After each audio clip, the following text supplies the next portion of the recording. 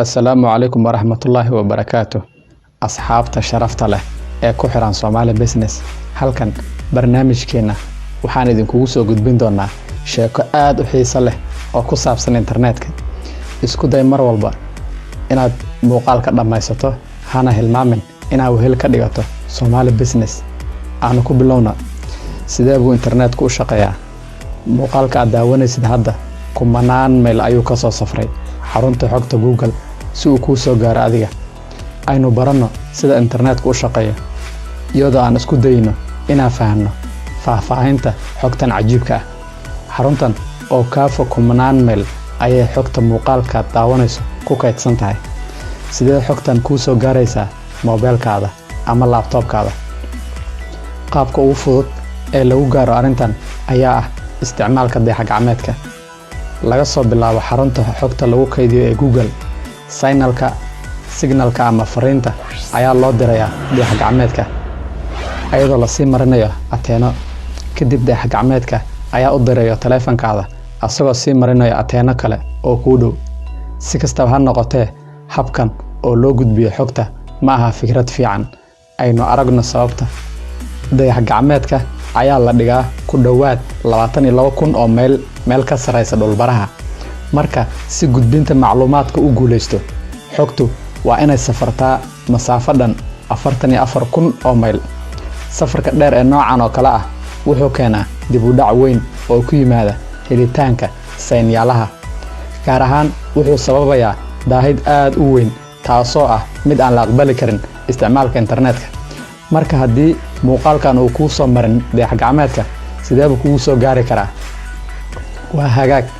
Waxaa la sameeyaa iyadoo la kaashanayo xargaha internetka kuwaas oo isku xira xarunta xogta iyo aaladaada.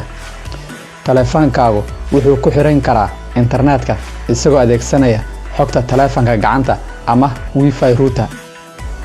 Si xogta u noqoto mid xafidan, waxaa lagu kaydin karaa qalab aad u adag. Safarku waa kombiyuutar awood badan oo shaqadiisu tahay inuu ku siiyo fiidiyowga ama waxyaabaha kale ee kaydsan markaad codsato. Hadda su'aashu waxay tahay sidee loogu soo diraa xogta ku kaydsan xarunta xogta taleefankaada iyadoo la soo marinayo xargaha internetka. Aynu aragno sida tan loo sameeyo. Ka hor intaanan sii wadin, waa inaan marka hore fahanno fikrad muhiim ah oo ah fikradda ciwaanka IP ama IP address. Aalad kasta oo ku xiriirta internetka, hadday tahay server ama kombiyuutar ama xitaa taleefanka gacanta, waxaa si gaar ah loogu aqoonsadaa lambaro gaar ah oo badan oo loo yaqaan ciwaanka IP. Waxaad tixgelin kartaa ciwaanka IP-ga ee la midka ah ciwaanka gurigaaga kaasoo si gaar ah u aqoonsanaya gurigaaga. Warqad kasta oo loogu soo diro waxay kuu soo gaaraysaa si sax ah ciwaanka gurigaaga. Sidoo kale, adduunkan wada internetka ah, ciwaanka IP waxaa la isugu diraa macluumaadka oo dhan si ay u gaaraan halka loo rabo. Adeeg bixiyahaaga internetku wuxuu kuu sheegayaa ciwaanka IP-ga ee aaladaada, waadna arki kartaa. Waxaa ciwaanka IP addresska oo uu ku siiyey taleefankaaga gacanta ama laptopka. Asxaabta Safarku wuxuu kaydiyaa website, sidaa darteed waxaad ku xiran kartaa website kasta adigoo og ciwaanka IP-ga safarkaada. Saas oo ay tahay, way ku adag tahay qofku inuu xasuusto ciwaano IP badan. Haddaba si loo xalliyo dhibaatadan, waxaa la isticmaalaa magacyada domain-ka sida youtube.com, facebook.com iyo wixii la mid ah, kuwaas oo u dhigma ciwaanka IP-ga, kuwaas oo noogu fudud inaan xasuusanno marka loo eego tirada dheer ee taxanaha ah. Waxa kale oo aan halkan ku ogaan karno waa in safarku leeyahay awoodda kaydinta dhowr website.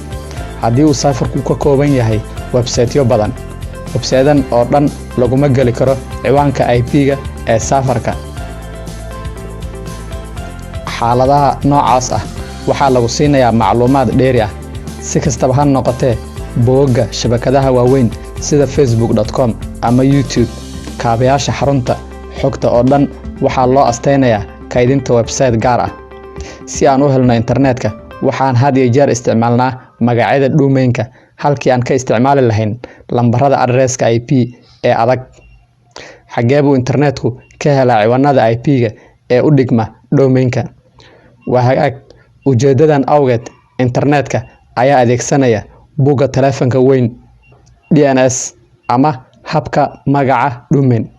Haddaad taqaanid magaca qofka laakiin aadan aqoon nambarkooda taleefanka, waxaad si sahlan uga raadin kartaa buugga taleefanka. Safarka DNS wuxuu bixiyaa adeeg la mid ah internetka. Adeeg bixiyaha internetka ayaa maamuli kara safarka DNS. Aynu dul marno arrintan. Waxaad diraysaa magaca domain-ka browser-ka wuxuu u dirayaa codsi safarka DNS si aad u hesho ciwaanka IP-ga ee u dhigma. Kadib helitaanka ciwaanka IP, browser-kaada ayaa si fudud u gudbiyo dalabka xarunta xogta, gaar ahaan safarkii la rabay. Marka safarka helo codsi inuu galo website gaar ah, qulqulka xogta ayaa bilaabanaysa. Xogta waxaa loo gudbiyaa qaab digital ah iyadoo la sii marinayo xargaha internetka kuwaasoo safraya masaafo kumanaan mayl ah. Inta lagu guda jiro safarkooda, badanaa waxay ku qasban yihiin inay maraan dhul aad u adag sida meelaha buuraha ah ama badda dhexdeeda. Waxaa jira shirkado tiro yar oo caalami ah kuwaas oo xirxira dayactirana xargaha internetka. Muuqaalkan ayaa muujinaya sida xargaha internetka loo xiro iyadoo gacan laga helayo markab. Aalad wax qoda ayaa markabku ku tuuraya badda hoosteeda, taasoo u sameynayso meel ay maraan xargahan ayagoo waliba gelinayo oo xabaalaya. Xaqiiqdii, shabakadan isku xirxiran ee xarga ah waa laf-dhabarta internetka. Xargahan fiilooyinka ee wada internetka ayaa lagu fidiyaa ilaa dhinacaaga hore ee albaabkaada, halkaasoo ay ku xiran yihiin router-ka. Router-ku wuxuu u bedelayaa calaamadahan iftiinka hab koronto ah.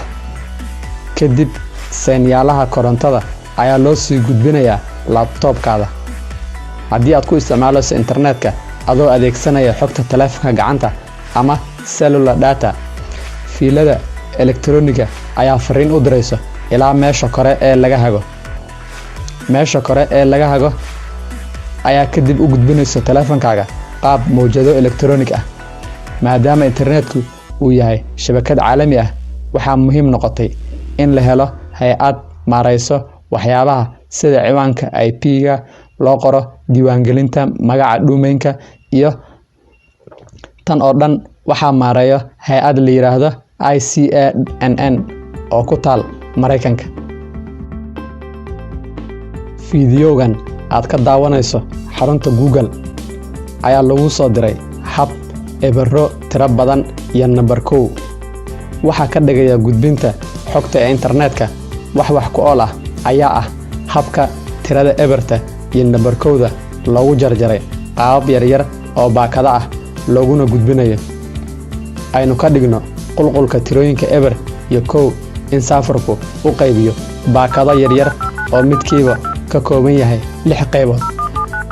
Qaybaha muuqaalka waxaa la socda mid kasta tiro isku xigxiga oo ah IP address-ka safarka iyo kan taleefankaada oo ay ka kooban tahay.